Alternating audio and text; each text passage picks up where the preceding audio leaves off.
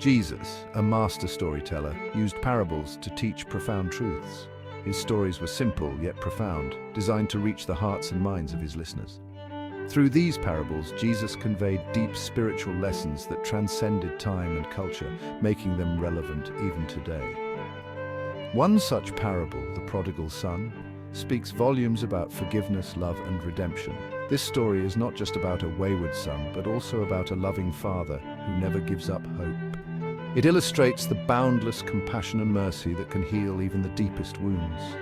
This simple yet powerful story resonates through the ages, offering hope and solace. It has been told and retold countless times, each telling bringing new insights and understanding. The parable's themes of repentance and reconciliation are universal, touching the hearts of people from all walks of life. It reminds us that no matter how far we stray, there's always a way back home. The journey back may be difficult and fraught with challenges, but the promise of forgiveness and acceptance makes it worthwhile. This story encourages us to seek redemption and to believe in the possibility of a fresh start. The parable found in the Gospel of Luke tells of a father and his two sons. The father represents God's unconditional love, while the sons symbolize the different paths we can take in life.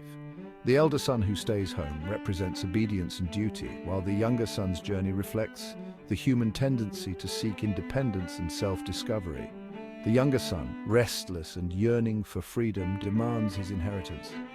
This act of asking for his share of the estate while his father is still alive is a bold and disrespectful move, highlighting his impatience and desire to break free from familial constraints. He embarks on a journey, leaving behind his family and their love. He ventures into the world, seeking adventure and fulfillment, but soon finds himself lost and alone. His initial excitement fades as he squanders his wealth and faces the harsh realities of life. Little does he know, a far greater journey awaits him, a journey back to his true self. This journey is not just a physical return, but a spiritual awakening. It is a path of self-discovery, repentance, and ultimately redemption. The Prodigal Son's story is a timeless reminder that no matter how far we wander, we can always find our way back to love and forgiveness. Flush with newfound wealth, the younger son throws himself into a life of reckless abandon. He is intoxicated by the allure of freedom and the thrill of indulgence. The world seems to be at his feet, and he is determined to seize every moment, every pleasure it offers. He squanders his fortune on fleeting pleasures. Believing that his wealth is endless, he spends lavishly on grand feasts, extravagant clothing, and the company of those who flatter him for his riches. The nights are filled with the clinking of coins and the laughter of newfound friends. His days are filled with merrymaking, extravagance, and self-indulgence. He dances and sings, losing himself in the euphoria of the moment. The parties grow more opulent, the celebrations more grandiose, as he tries to fill the void within him with external pleasures. But beneath the veneer of happiness, a sense of emptiness grows. He begins to feel a gnawing dissatisfaction, a quiet whisper of discontent that he cannot ignore. The laughter around him starts to sound hollow, and the joy he once felt begins to fade. His wealth, once a symbol of freedom, quickly dwindles. The coins that once flowed freely now slip through his fingers like sand. He watches in despair as his fortune evaporates, leaving him with nothing but memories of his reckless spending. Famine grips the land, leaving him destitute and alone. The once vibrant world around him turns harsh and unforgiving. The friends who once surrounded him vanish, and he is left to face the stark reality of his situation. The land, once fertile and abundant, now offers nothing but desolation. Forced to work as a swineherd, a job deemed unclean, he grapples with despair. The work is degrading, and the stench of the pigs is a constant reminder of how far he has fallen. He toils in the mud, his hands blistered and his spirit broken, longing for the days of his former glory. Hunger gnaws at his stomach, but it's the hunger of his soul that truly torments him. He realizes that the emptiness he feels cannot be filled with food or drink. In his darkest moments, he looks to the sky, praying for a way out of his misery, yearning for redemption and a chance to start anew. In the depths of his misery, a spark of realization ignites within him. He remembers the abundance of his father's house, a stark contrast to his current state. He realizes the error of his ways, the folly of his actions. "How many of my father's hired servants have food to spare, and here I am dying of hunger," he exclaims. The prodigal son decides to return home, not as a son, but as a servant, seeking forgiveness and redemption. He sets off, his heart heavy with remorse, each step taking him closer to home. His father, meanwhile, never loses hope. He scans the horizon, longing for his son's return. One day, he spots a figure in the distance. It's his son. Overwhelmed with compassion and joy, he runs to meet him. He embraces him tightly, showering him with kisses. The son, overcome with guilt, confesses his sins and begs for forgiveness. The elder son, returning from the fields, hears music and dancing. He learns of his brother's return and the lavish celebration in his honor. Anger and resentment rise within him. He confronts his father, questioning his sense of justice. "I have slaved for you all these years, and you never even gave me a goat for a feast with my friends," he protests. He feels slighted, his loyalty seemingly overlooked. The father, patient and understanding, addresses his elder son's grievances. "My son, you are always with me, and everything I have is yours," he reassures him.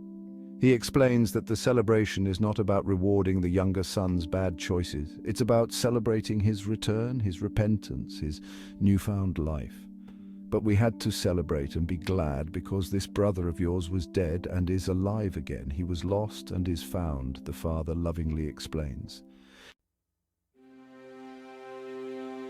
The parable doesn't tell us if the elder son joins the celebration. It leaves us with a question. Will he embrace his brother, extending the same forgiveness his father so readily offered? The answer perhaps lies within each of us. The father's love is unconditional, boundless. He doesn't hold grudges or harbor resentment. He rejoices in the return of both his sons, recognizing their inherent value and worthiness of love. The parable is a testament to the transformative power of love and forgiveness. The younger son, through his suffering and repentance, experiences a profound change of heart. He returns home a humbled and changed man. The father's love doesn't condone his son's actions, but it doesn't diminish his love for him either. It's a love that embraces, restores, and redeems. The parable holds up a mirror to our own lives, reflecting our struggles, our triumphs, and our deepest emotions. It challenges us to see ourselves in its characters and to learn from their journeys. We've all been the prodigal son at some point, straying from our true selves, making choices that lead us down paths of regret. Whether it's through moments of weakness, rebellion, or simply losing our way, we find ourselves distant from our core values and loved ones. We've also been the elder brother, harboring jealousy, resentment, and unforgiveness. In our hearts, we sometimes hold on to grudges, feeling overlooked or underappreciated, allowing bitterness to take root and grow. But the parable reminds us, it's never too late to turn around. No matter how far we've wandered or how deeply we've been hurt, there's always a path back to redemption and healing. It's never too late to seek forgiveness, to offer forgiveness, and to mend the broken relationships in our lives. The act of seeking and granting forgiveness can be a powerful catalyst for change, bringing peace and closure, and to experience the healing power of reconciliation. Reconciliation is not just about mending the past, but also about building a hopeful future. It allows us to move forward with a lighter heart, free from the burdens of past mistakes and misunderstandings. This parable teaches us that life is a journey of continuous growth and learning. Each step, whether forward or backward, is an opportunity to reflect, to grow, and to become a better version of ourselves. It encourages us to embrace compassion, understanding, and love in our daily lives. As we reflect on this story, let us remember that we are all capable of change. We can all find our way back to our true selves, to our loved ones, and to a place of peace and harmony. The journey may be long and challenging, but the rewards of reconciliation and forgiveness are immeasurable. In the end, the parable of the prodigal son is a mirror to our lives, showing us the beauty of redemption, the power of forgiveness, and the joy of reconciliation. It is a timeless reminder that no matter where we are on our journey, there is always hope for a brighter tomorrow. The journey back home can be daunting and filled with uncertainty. It requires humility, courage, and a willingness to confront our past mistakes and regrets.